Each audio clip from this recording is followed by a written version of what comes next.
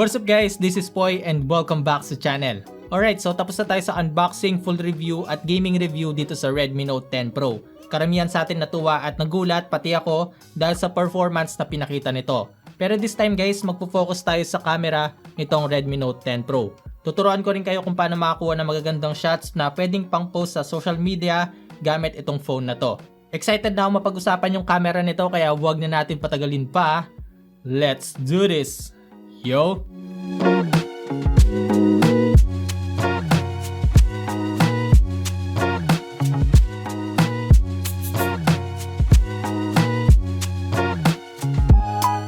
Alright, bago tayo magsimula, konting recap lang sa specification nitong Redmi Note 10 Pro. So meron itong 6.67 inches AMOLED dot display na may 1080p resolution.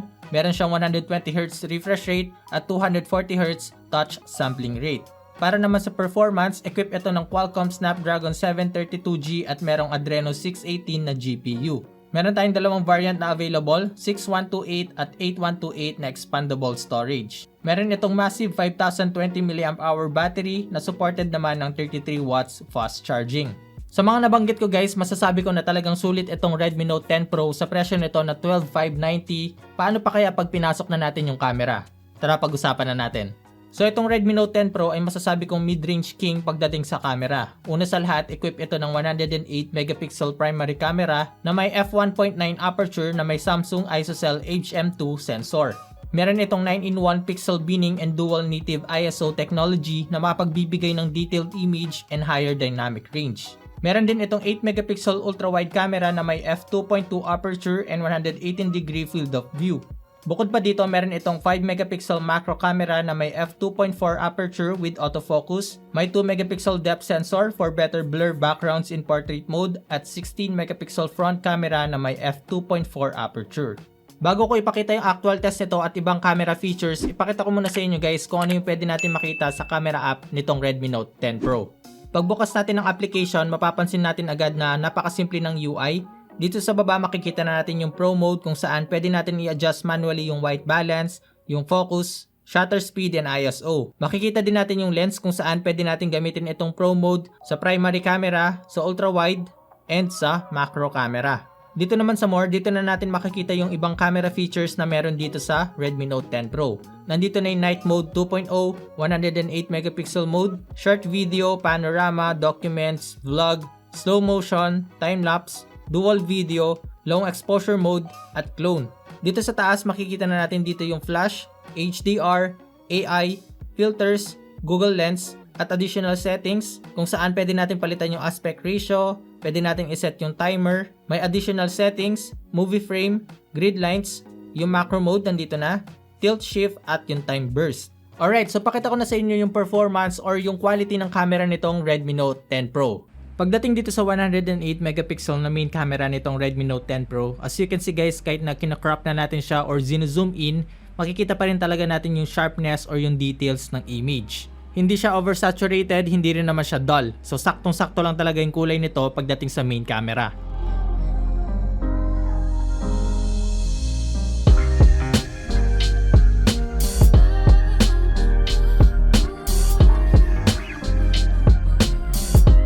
Dito naman sa ultra-wide ng Redmi Note 10 Pro, napansin ko din dito guys na hindi nagbago yung kulay nito. And as you can see, wala siyang distortion at kahit na i-zoom in natin siya or i-crop, nandun pa rin talaga yung details or yung sharpness. Malaking tulong din talaga yung Night Mode 2.0 dito na kahit na madilim na yung kinukuhanan natin, kung makikita nyo naman dito guys, maliwanag pa din. Pagdating naman dito sa macro lens ng Redmi Note 10 Pro, kung makikita natin guys, kahit na i-zoom in natin siya or i-crop, makikita pa rin talaga natin yung sharpness at details ng photos. Kaya isa rin ito sa paborito ko dahil Instagrammable talaga yung mga pwede nating makuha dito na aakalain ng iba na mamahaling camera yung ginamit natin dito.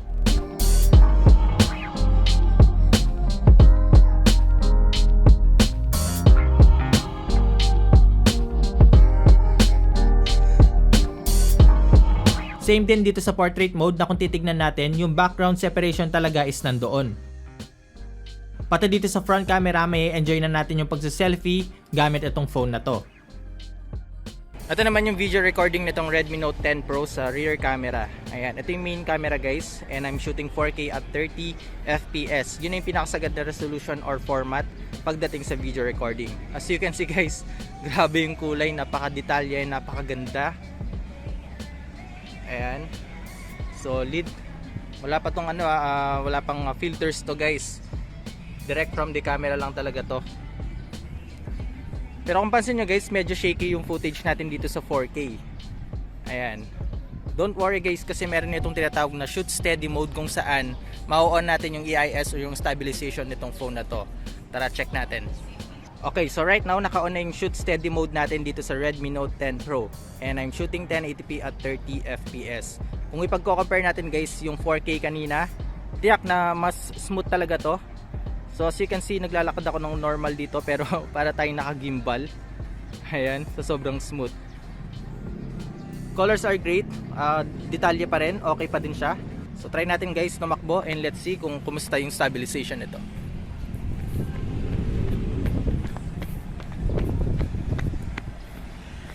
Grabe.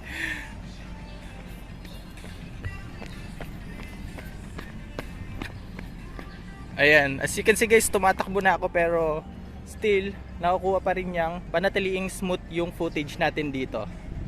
Alright, so check naman natin guys yung front camera nito. Alright, so ito naman guys yung quality ng front camera nitong Redmi Note 10 Pro pagdating sa video recording. Ayan, grabe. Napakadetalya pa din and colors are great. Okay siya, accurate. Hindi siya dull or nakukulangan ng saturation, saktong-sakto lang. And as you can see guys, just smooth tayo dito sa front camera, no? Kasi meron siyang EIS. Yun naman yung kinaganda dito sa Redmi Note 10 Pro, kasi sa front camera pagdating sa video recording, meron siyang stabilization. Try natin guys tumakbo.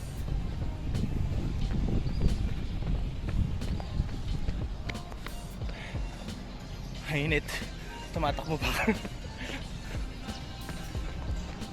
Ayan. Yep. Mare-recommend ko to guys pang vlog kung sakaling bibili kayo ng Redmi Note 10 Pro. Alright, ito naman guys yung 8 megapixel ultra wide na tong Redmi Note 10 Pro. As you can see, smooth naman yung stabilization nito. Meron siyang EIS. Okay naman yung mga colors.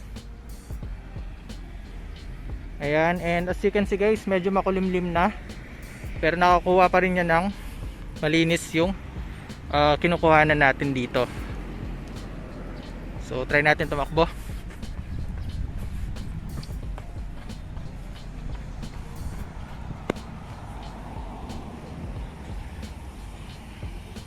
Yup.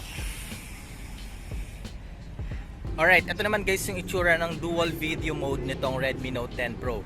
Kung titignan natin guys, kung ano yung nakikita ko, nakikita nyo din at the same time nakikita nyo ako. At ang maganda dito, pwede natin siyang palitan.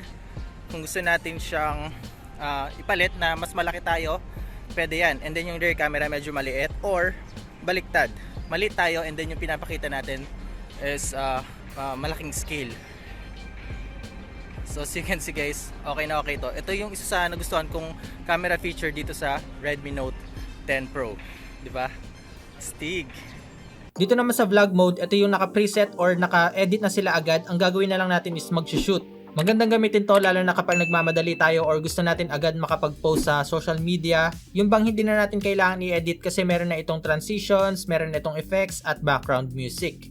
Dito naman sa vlog mode guys, ang susubukan natin na segment is yung segment 6 or yung rhythm. Yun yung pangalan niya and 11 seconds lang to.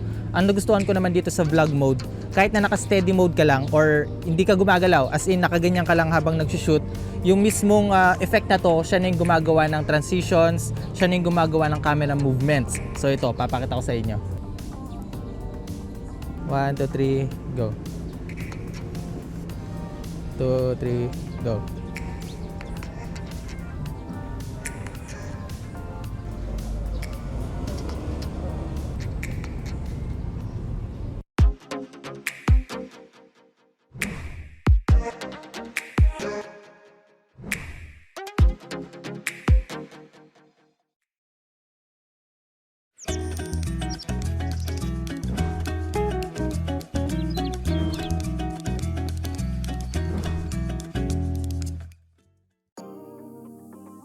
Sa time-lapse video naman, hindi lang ito limited na naka-steady lang yung phone. Pwede tayong maging creative dito para makagawa ng ganitong klaseng motion lapse video.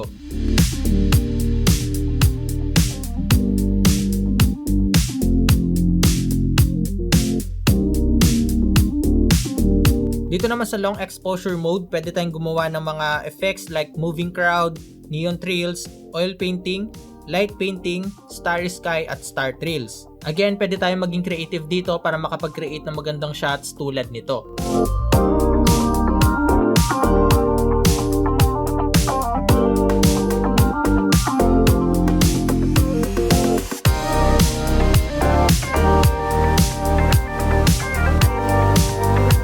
Isa sa mga nagustuhan kong camera feature dito sa Redmi Note 10 Pro ay yung photo and video clone. Nakakatuwa lang din kasi yung output na pwede nating makuha dito. Dito naman sa photo and video clone mode, gagawin lang natin, syempre dun din sa more, makikita natin dun yung clone mode. Ayan, and then meron tayong tatlong pwedeng gawin. So photo clone, video clone, and freeze frame. So papakita ko sa inyo guys kung paano sila ginagawa. Start tayo dito sa photo clone. Again, kailangan ulit natin dito ng monopod para yung background natin is naka-steady lang siya or hindi siya gumagalaw. 1, 2, 3, and go. Yan, 1, 2, 3. Same sa photo mode, ganun din yung gagawin natin sa video mode. So try natin guys yung jack and poi. Yan, okay, 1, 2, 3, go. Game 1, 2, 3, and go. And lastly guys, yung freeze frame. 1, 2, 3, go.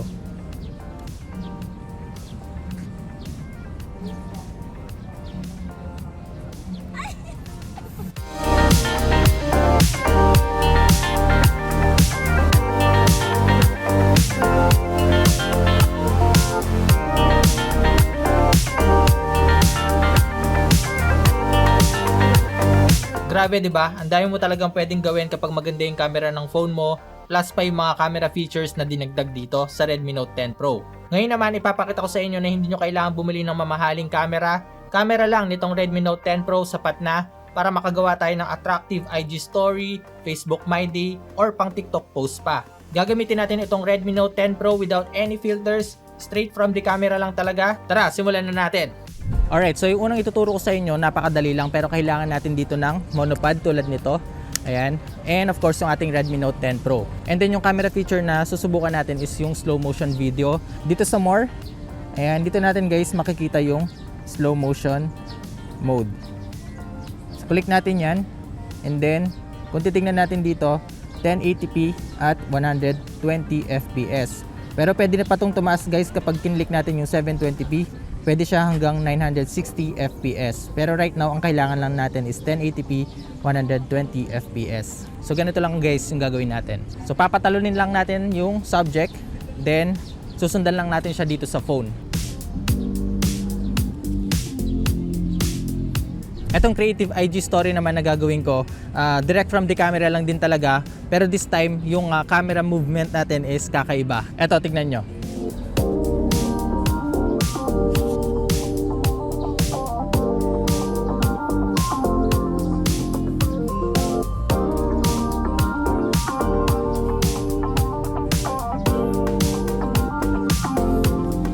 Marami pa akong gustong ipakita sa inyo guys, like yung 108 megapixel kung saan napaka-detalye ng mga shots na nakuha ko doon. Hindi lang yung main camera na 108 megapixel yung papakita ko sa inyo doon, kundi yung ultra wide and yung macro lens. Pero lahat yan guys makikita nyo sa IG story ko. So kung gusto nyo makita yan, follow nyo na lang ako dito at poitike. And that's it for today's video. Sana nag-enjoy kayo sa panonood. Ako guys, nag-enjoy ako talaga kasi naipakita ko sa inyo kung gaano kaganda yung camera nitong Redmi Note 10 Pro. Lalo na yung details na nakuha natin sa 108 megapixel na main camera nito. And gaya nga na nasabi ko sa inyo guys, isa sa mga paborito ko dito is yung macro camera. Talagang usable siya, talagang makakakuha tayo ng mga close-up shots gamit yung macro camera nito. At para sa'yo naman, ano yung pinaka-nagustuhan mong camera feature dito sa Redmi Note 10 Pro? Yung bang main camera niya, yung ultra-wide nito, or yung macro? Or yung ibang camera features na to tulad ng dual video mode? Yung bang photo and video clone? Comment mo dyan sa baba. Pag-usapan natin yan. And there you go. Kung gusto nyo pa ng ganitong klaseng chill, unboxing, and review, pinafire ko na sa'yo kay Bibigyan. Mag-subscribe sa channel na to. Huwag mo na rin kalimutan mag-like, share, comment, at yung notification bell para updated ka pag meron tayong bagong upload. Again, this is Poy, unboxing anything just for you. Hanggang sa muli nating pagkikita. Nice.